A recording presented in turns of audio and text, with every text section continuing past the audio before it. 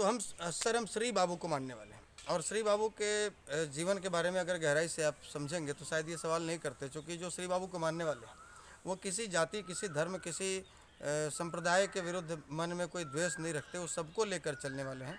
और उसी प्रकार से जो उपेक्षित वर्ग है, चाहे उपेक्षा जिसकी भी हुई हो, चाहे हिंदू हो या मुसलमान हो, दलित हो या फॉरवर्ड हो, हम उपेक्षित वर्ग को अपने साथ रखेंगे। आज हमारी भी उपेक्षा हो रही है, तो जो गांव में दलित रह रहा है उनकी भी उपेक्षा हो रही है।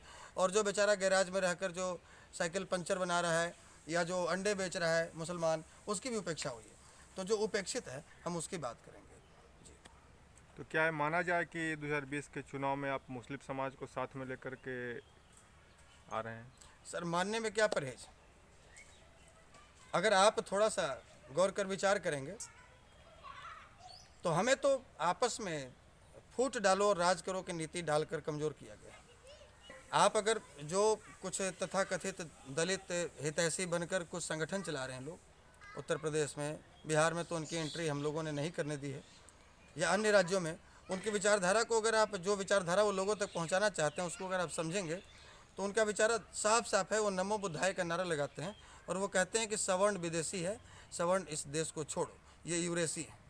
और अगर आप एक तरफ जो उनके अपोजिशन में रहते हैं उनकी विचारधारा को आप समझें, जो देश में हिंदुत्व का ठेका ले रखे हैं, वो साफ साफ उनका कहना है कि मुसलमान इस देश को छोड़ो। तो उपेक्षित एक तरफ मुसलमान है, एक तरफ सवर्ण है।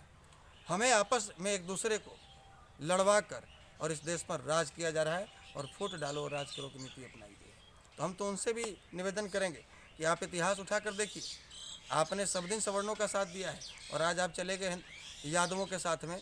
तो आप ये पिछले 100 वर्षों का आप दंगों, सांप्रदायिक दंगों की सूची निकाल कर देखिए, तो अगर 100 दंगे हुए तो 90 दंगे यादव और मुसलमान के बीच में हुए हैं। कभी भूमिहार, राजपूत और ब्राह्मणों के साथ में, मुसलमानों के साथ दंगा नहीं हुआ है।